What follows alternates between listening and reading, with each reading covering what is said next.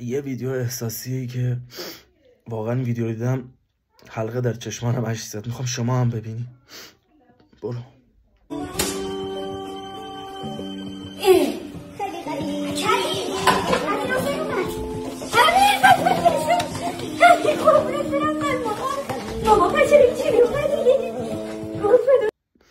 ولی واقعا این حجم از خوشحالی که کریم داشت از دیدن امیرحسین نمیشه اصلا بیانش کرد.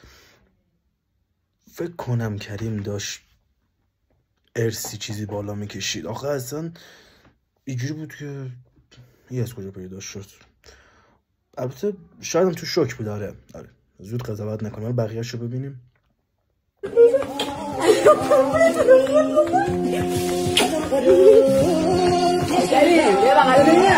تو میدونستی اونم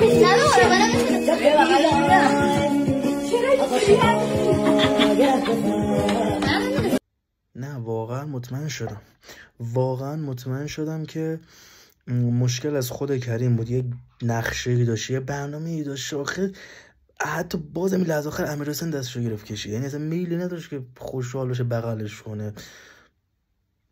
کریم مینوازد. بنواز کریم، بنواز.